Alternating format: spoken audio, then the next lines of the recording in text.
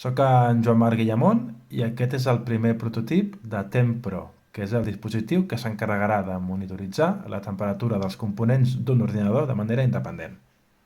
Ara, si l'encenem, carregarà primer les temperatures i ens donarà ja la primera lectura.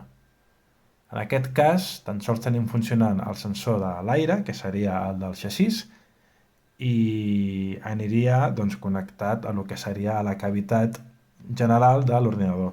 En aquest cas el tenim aquí i si li donem temperatura veiem com va pujant i en aquest cas hem configurat que a partir de 26 piti, aquí veiem un LED que pita perquè ha passat aquesta temperatura.